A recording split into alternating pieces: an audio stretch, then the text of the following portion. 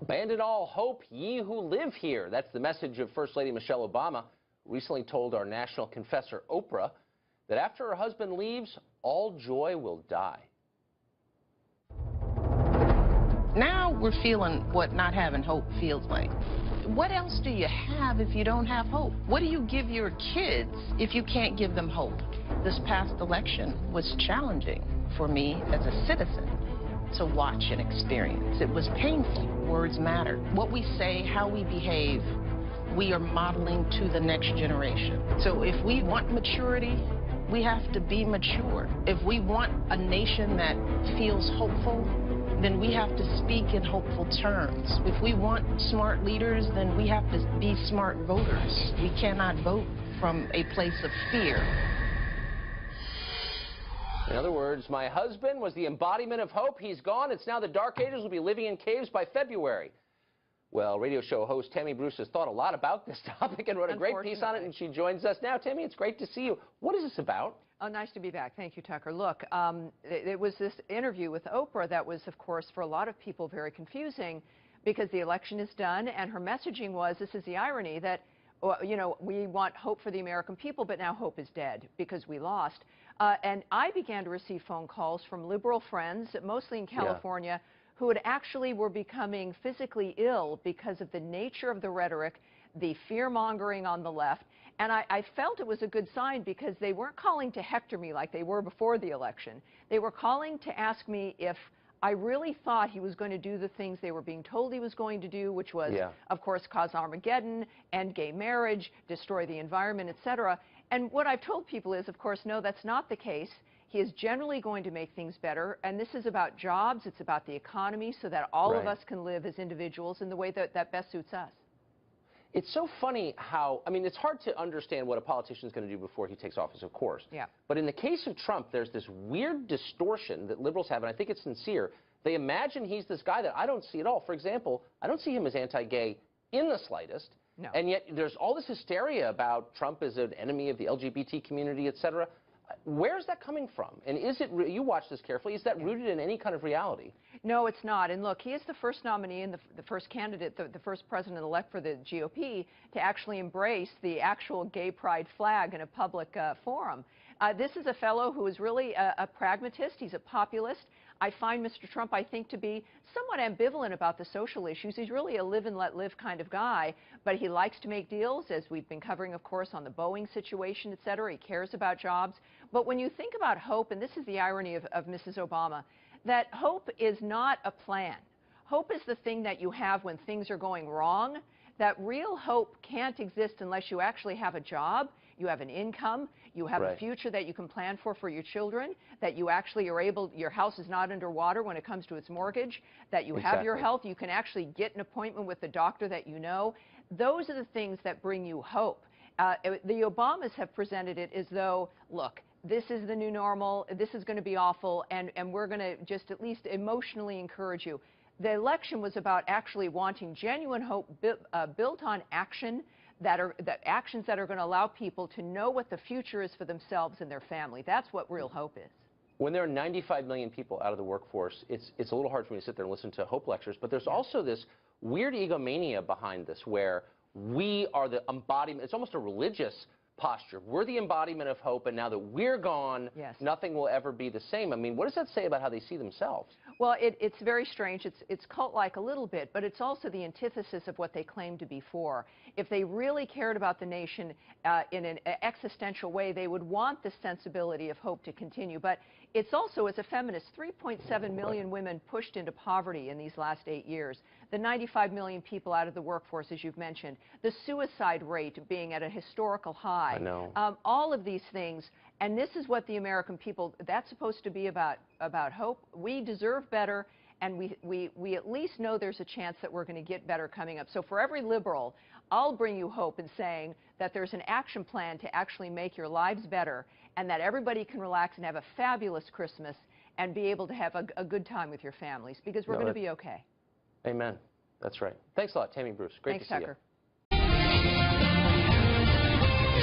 In the Factor follow-up segment tonight, should the Trump administration prosecute Hillary Clinton? A federal judge yesterday unsealed a search warrant that showed agents were concerned classified information on Hillary Clinton's private email server made its way to Anthony Weiner's computer. Weiner is the estranged husband of Clinton aide Huma Abedin, and he's currently under federal investigation for sexting with an underage girl. President-elect Trump raised the alarm about the situation during the campaign. Huma is getting classified secrets. She's married to Anthony Weiner, who's a perv. No, he is. He is. Do you think there's even a 5% chance that she's not telling Anthony Weiner, now of a public relations firm, what the hell is coming across? Do you think there's even a little bit of a chance? I don't think so. Joining us now from Washington, John Flannery, a former federal prosecutor. And from Palm Beach Gardens, Florida, Dan Bongino, a former Secret Service agent and radio talk show host. So, Flannery, you just have to admit that President-elect Trump was correct in his assessment about Anthony Weiner. Does it pain you to admit that Trump is correct? That her husband was a perv? I didn't think that was the question. I think the question is, that there was why did they suspicious issue a search information warrant? on Weiner's laptop.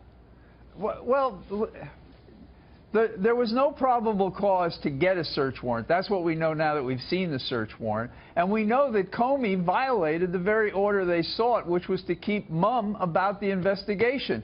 And within days of getting a court order saying they weren't going to talk about it, he's talking about it everywhere within days of the election. Okay, so let me stop you. Let me just stop you there. Anything. Let me just stop you there.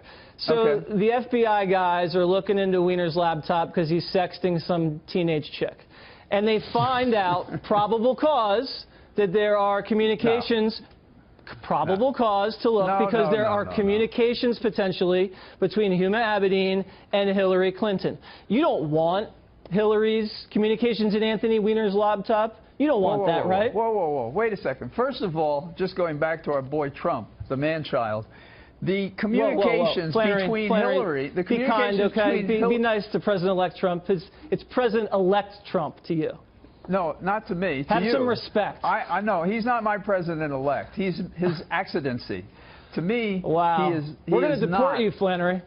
I think you're going to be the first one out of here. I think a couple of people can see it, so I don't think it's going to be a big secret. Good. But here's my point. Yeah. Both Hillary and Abedin both had security clearances. They're allowed to communicate about these things. Number two, they had the identification of the 2,000 or whatever less number of emails that were in question, and all they had to do was check it with the ones they investigated during the summer. And a short time later, after the election, just before the election, they said, yes, they're duplicates. I know. So there was no probable cause to begin this Can I get Dan in here? Flannery seems to be okay with Hillary's classified information on Weiner's laptop. What do you say?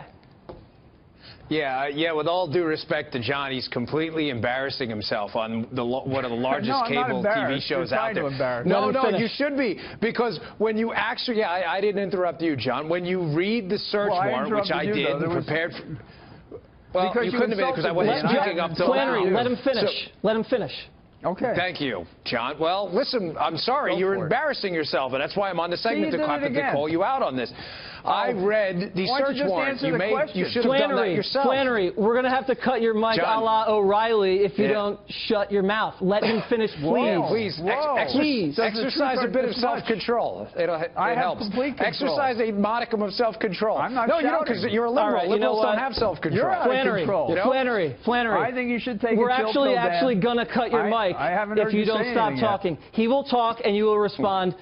Go. I'd be glad to do that. Jesse, if you actually read the search warrant, which I did preparing for this segment, you will see in the search warrant that they clearly lay out the fact that classified information had been exchanged before between Huma Abedin and Mrs. Clinton, as John said before. But John's leaving out the critical component of that. It wasn't done over a government system. Hello? That's the whole component of the crime. John was a lawyer for the government, and he's leaving out the one component of the story that's the actual crime. Well, come on, McFly, wake up on this one. You're a lawyer. The crime requires intent. Okay, guys. It requires enough with the legal mumbo-jumbo, the both of you guys. Let me ask John a question. John, Yes, For the sir. Democrats to complain constantly about Russia hacking this election, it's funny, it's kind of like when you leave your door at home unlocked and you complain about getting robbed, because all of this information was unsecure. It was in a homebrew server. It was on Anthony Weiner's laptop. John Podesta handed over his password to a hacker. I mean, come on, you're just giving this stuff away. You can't complain about it afterwards.